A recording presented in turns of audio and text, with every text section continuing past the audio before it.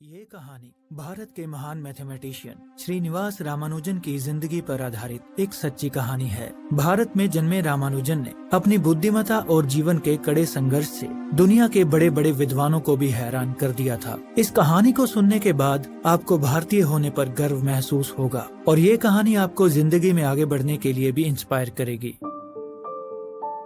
जब भारत अंग्रेजों का गुलाम था तब 22 दिसंबर 1887 को श्रीनिवास रामानुजन का जन्म हुआ। रामानुजन के पिता एक नॉर्मल क्लर्क थे और उनकी फैमिली एक मिडिल क्लास फैमिली थी। रामानुजन बचपन से ही मैथ्स में काफी होशियार था। अपनी बेसिक एजुकेशन पूरी करने के बाद उसने अपने आप को मैथ्स के प्रति समर्पित कर दिया था। वो किसी कॉलेज या यूनिवर्सिटी में नहीं बल्कि खुद ही पढ़ता था। इसी वजह से वो इंटेलिजेंट तो बहुत था लेकिन उसके पास कोई डिग्री नहीं थी।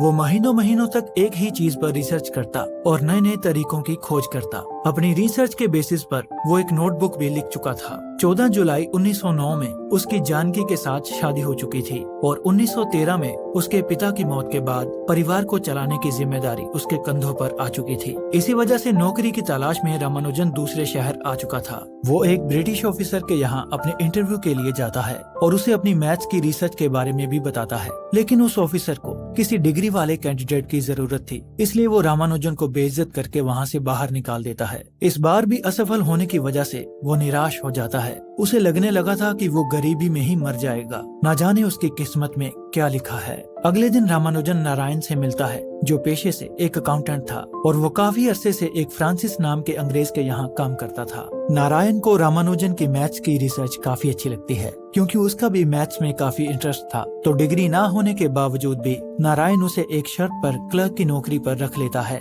कि रात के समय रामानुजन उसे अपनी मैथ्स की रिसर्च समझाएगा। अपनी नौकरी लगने के बाद रामानुजन अपनी माँ और बीवी को अपने पास बुला लेता है। अगले दिन रामानुजन ऑफिस में काम कर रहा था तब नारायण नोटिस करता है कि रामानुजन कैलकुलेशंस के लिए अबेकस का इस्तेमाल नहीं कर रहा है। अबेकस उस समय का कैलकुलेटर था और सब लोग फास्ट कैलकुलेशंस के लिए अबेकस का इस्तेमाल करते थे। रामानुजन कहता है कि अबेकस उसके काम को स्लो कर देता है क्योंकि अबेकस से ज्यादा तेज कैलकुलेशंस तो वो अपने दिमाग में ही कर लेता है, जो एक जीनियस ही कर सकता था। रामानुजन की रिसर्च देखने के बाद नारायण कहता है कि हमें तुम्हारी रिसर्च किसी काबिल व्यक्ति को दिखानी चाहिए जो इसे समझ सके। तो रामानुजन कहता है कि वो अपनी रिसर्च मद्रास में सबको दिखा चुका है लेकिन किसी को कोई इंटरेस्ट नहीं है। इस पर नारायण उसे मद्रास से बाहर इंग्लैंड जाने के लिए कहता है।